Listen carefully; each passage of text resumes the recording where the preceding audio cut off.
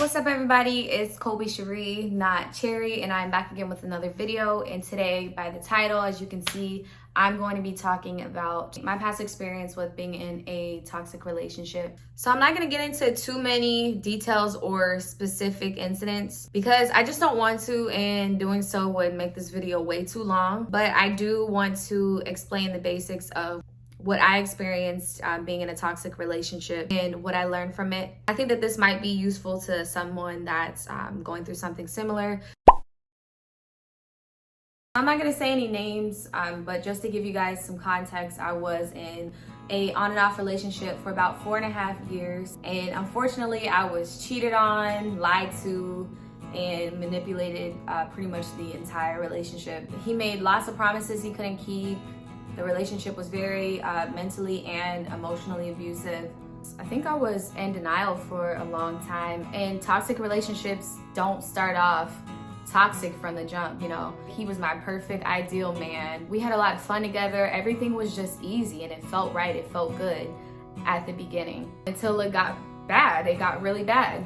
I was in a one-sided relationship and it became apparent to me that I was no longer a priority. He started putting everything before me and had a lot of other stuff going on that he didn't care to include me in. I was basically the afterthought. I found out a lot of stuff at the beginning of our relationship. You know, the red flags were always there, but I decided to be naive and ignore them. So I take responsibility for my part because I knew at some point what was up with him, but I thought I could make him change, so I decided to stay. After I found out that he was cheating on me, I obviously didn't trust him anymore. I felt like he was always lying about something, and I'm sure y'all are wondering, well, why didn't you just leave? But that was the question I asked myself a lot.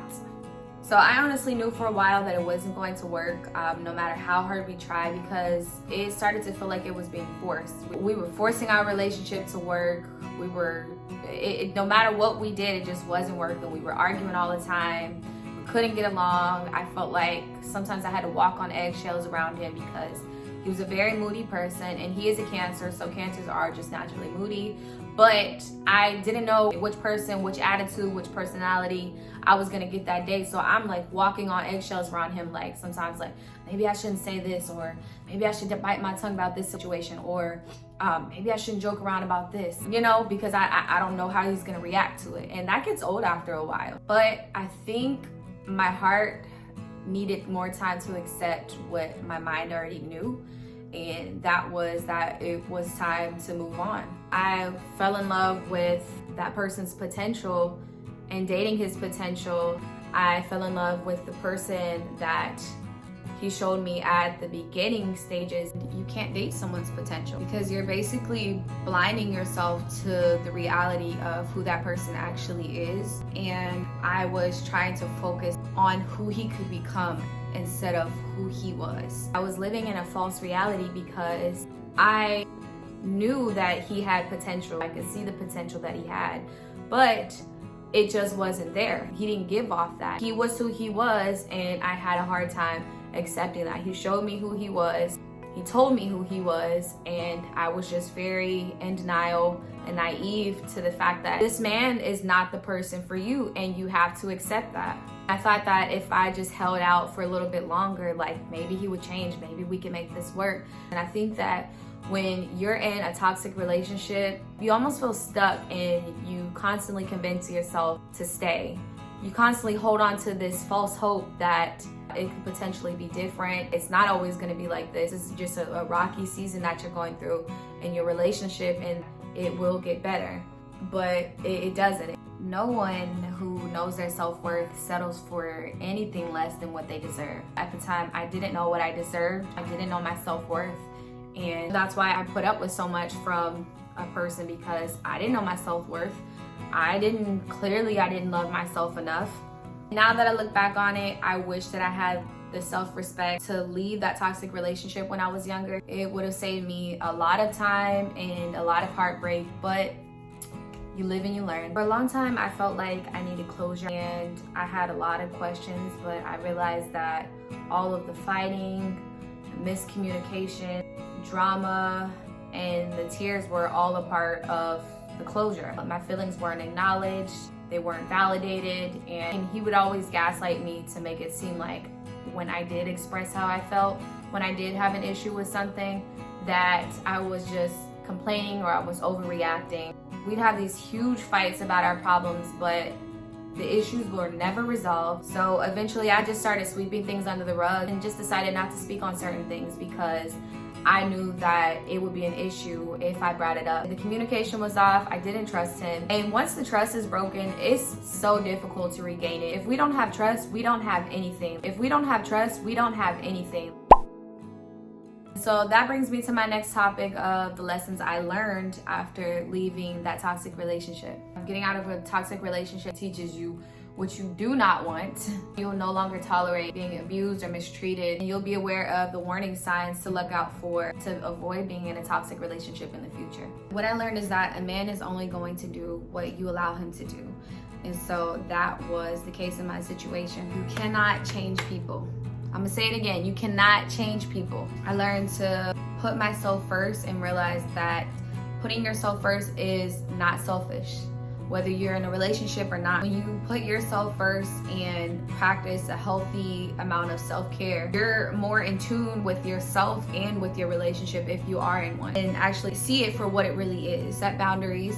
It is so important to set boundaries because when you set boundaries, you protect yourself. I learned that a toxic relationship is usually where boundaries are overstepped. If you learn to set boundaries early in the relationship, then this will help prevent a lot of different things. Know when to walk away. Letting go has been really hard for me because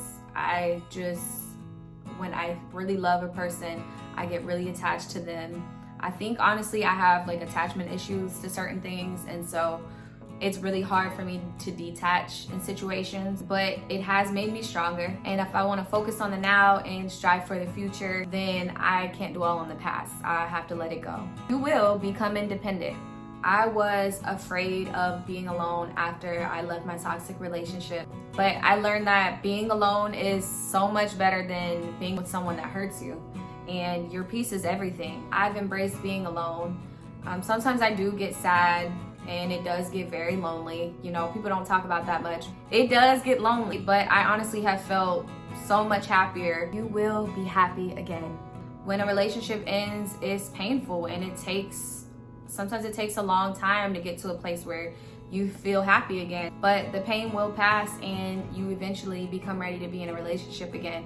And I'm not saying that I'm ready to be in a relationship. I'm not saying that at all. I am still healing, I'm still recovering, I'm still figuring out myself, and I don't feel like I need to rush to be in a relationship. Start to realize your self-worth and that you are deserving of someone who loves and respects you. But you're also comfortable with being alone until then, and I think that's where I'm at right now. It's gonna come when the time is right. I'd rather live in peace and be single and by myself than to be with someone that's toxic and be unhappy. It's like peace and being single versus being in a relationship and unhappy. Which one are you gonna take? I'm taking the peace and singleness. So, you know, that's just some of the things that I learned after leaving my toxic relationship.